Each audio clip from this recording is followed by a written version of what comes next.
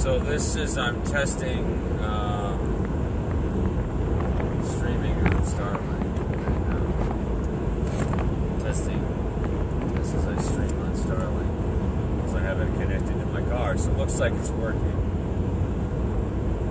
Looks like it's working. That's great. So the topic of today's video is I'm driving on the 93 in New Hampshire, heading up to the White Mountains, to Canada. I go to Montreal. As Ollie Matthews was talking about how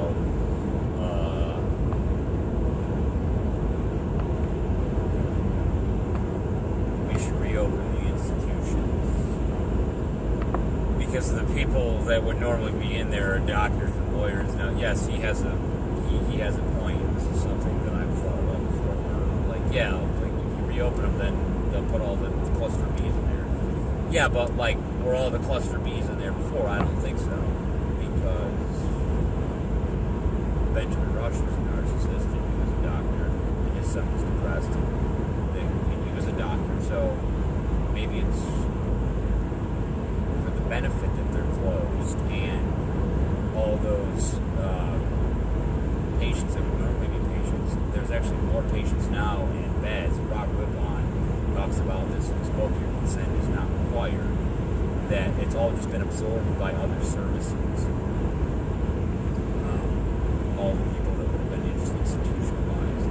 And then you have, like in my case, like I was taken there, it says, because I own a copy of the Anti-Federalist Papers and the Constitutional Convention made, and now my entire life trajectory of the future is destroyed. Because now, oh, you need to speak to a psychiatrist because you want to join the Marines because you want a copy of the Constitution.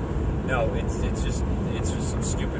It's stupid because I'm not crazy, because they told me I'm a sane, rational person. I don't need to be there. But the people with active warrants out for their arrest, who haven't paid their rent in 6 months, that's cluster B behavior. Those people don't need to be there.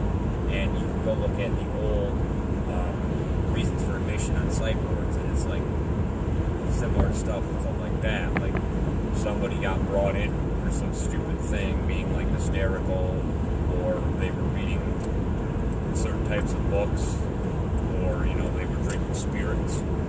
So it's just cops being lazy. So it's always been a problem. So you don't reopen the institutions; you simply abolish mental health treatment. And people aren't going to get the help that they need. Yeah, but would you rather have it that a few people don't get the help that they need, of a handful of people? Because how many of these people are in these mental wards that are not crazy, and how many people have had their lives destroyed by psychiatry? This is all discussed in Rob Whippon's book, mind you, because they've had their lives destroyed because of psychiatry and have been driven mad. Would you rather have a couple of people that are already crazy, quote unquote crazy, that are like off, that are like maybe some antisocial person?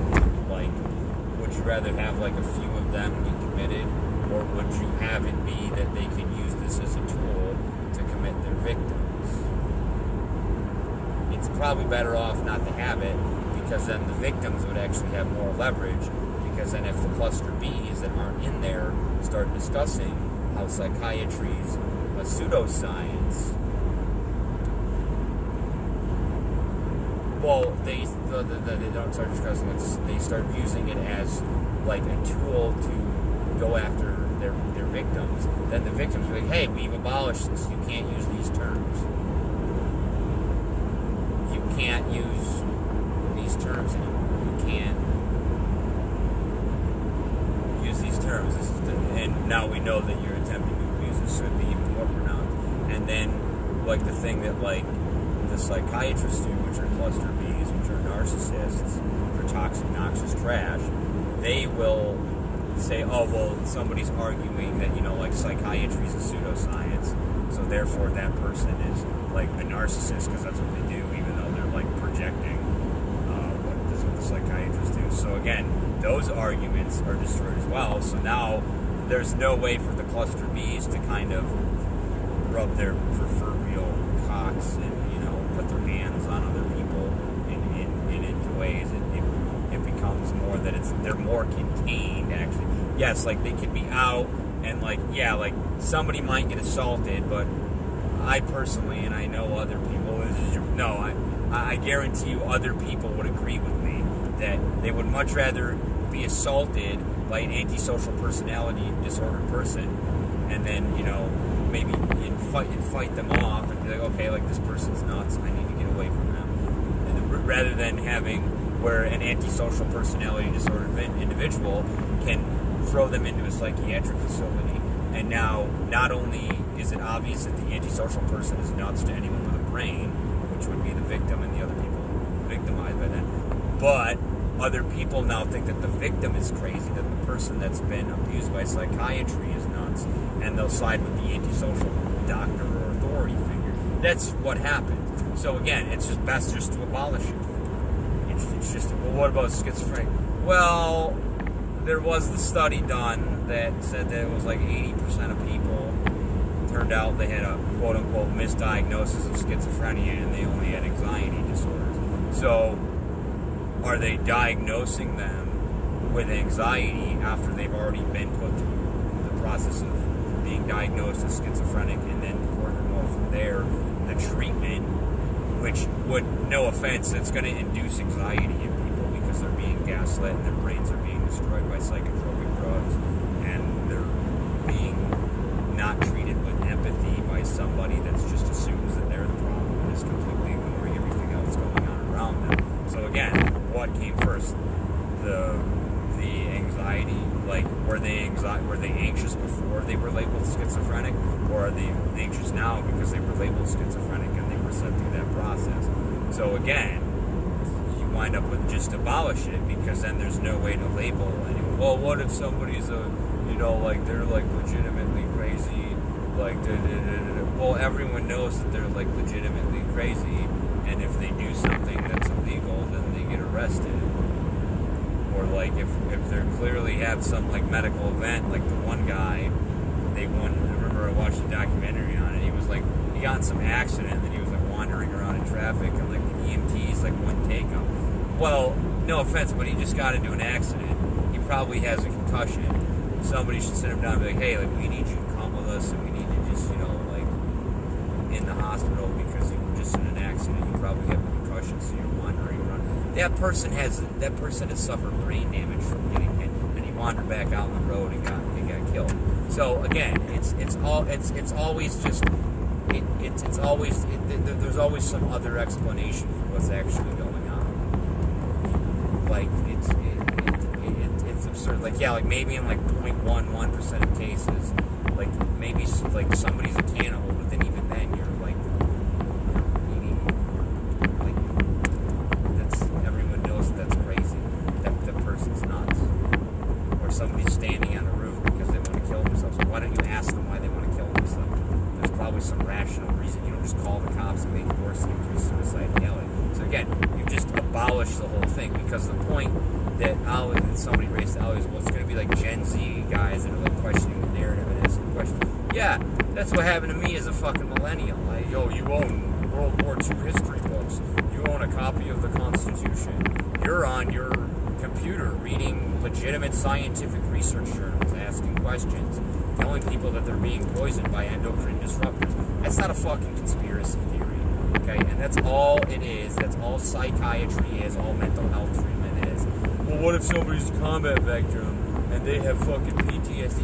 Oh, please. I've had somebody come at me with a knife. I had to break the fight up. I had to break the fight up because two people started fighting. It was when I was in Indonesia. The guy came at me with a knife after, I got him out of there, and I set him down, and he was freaking out, and he pulled the knife out of where I had him sit down in the kitchen. He started swinging at me. He came at me with a knife, and then I had to go and grab him from him so he didn't stab anyone, throw it to my coworker, the place I was working at. And then I had to, grab him and subdue him, and he's bleeding, and I wind up covered in his blood. This guy almost tried to kill me. Another time a fight broke out, I had to break it up. I was at a party. I had to, grab the guy as he was pummeling someone, toss him out of there. He kept coming at me, trying to hit me. I've been in fights. I've I saw, and then you went, oh, you witnessed an event. You know, somebody can get PTSD from witnessing an event. I saw a truck go off of a embankment on a road when I was in a Greyhound bus and fly into the woods, and there was a trailer on the back, and it was some like F-150. And I asked the guy, the driver, so I was sitting in the front seat, did you see that? He said, yeah, I did, because you're not imagining things. We were like, holy fuck. And we were like wondering for like 10, 15 minutes, like what the hell was going on, and we could never figure out because it wasn't on the radio. But that guy, that truck, I think about it, that guy, I just watched somebody die. That truck flew into the tree line, flew into the, like up on the tree, flew into the woods. That person isn't surviving. They're probably getting launched out the windshield, or branches are going into their chest. Oh, but what about the shit I fucking see? Or you know, like oh, only combat. But no, it's because the society, not even society, the people in the sovereign nation known as the United States of America are brainwashed to think these people are heroes. Oh, somebody got fucking shot at me. The only combat veterans. Go ask anyone that lives in a fucking city. I've lived in a fucking city. We heard gunshots going off with my friend and I sitting on his porch, on his stoop, hearing gunshots going off in the street down the way. Boom, boom, getting in a shootout. Like what the, or, you know, like what the police helicopters flying over my apartment, the whole fucking building shaking. There's a spot. What? Oh, get the fuck out of here. They're just pussies. Well, those people. Oh, well, maybe. No, I don't. I'm proving to you that it's pseudoscience, because you would want me to go and talk to one of these people, and then they would label me with a mental disorder that opens me up to having my guns taken from me, that opens me up to not being able to find a girlfriend or a wife, or adopt children, or be a pilot. Well, if you have a doctor sign off that you can. Yeah, but then you're under somebody's. They're your handler. Grown adult men do not need handlers. Grown adult men are grown adult men. They do not need mommy and surrogate mommy and daddy to fucking. Oh, well, don't think that. Stay within the rails. Don't commit thought crime. You might ask questions. You might realize that you got a bad deal. You might realize that the government is attacking you, and you might act in scratching his nose. He's lying. No, I fucking hate you, asshole. Stop with your body language. Bullshit. That's a video for another day. Somebody had, you know, they might start asking questions and doing, you know, fighting back against the government. Even though all the evidence is on my side, and every other, you know, person that's looked for the truth on our side. So again, you just abolish it completely.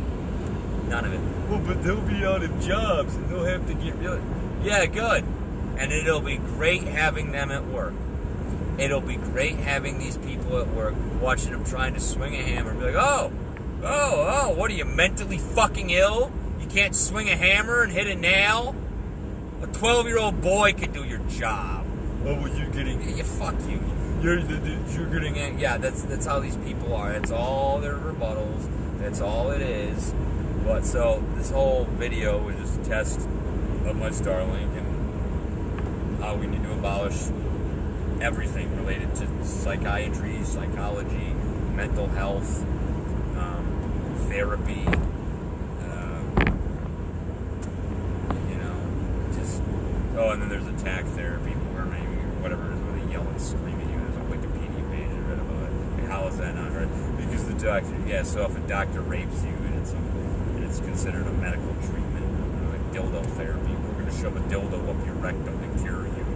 That means it's not fucking, just get the fuck out of here. Have a nice day. Au revoir. Bye-bye.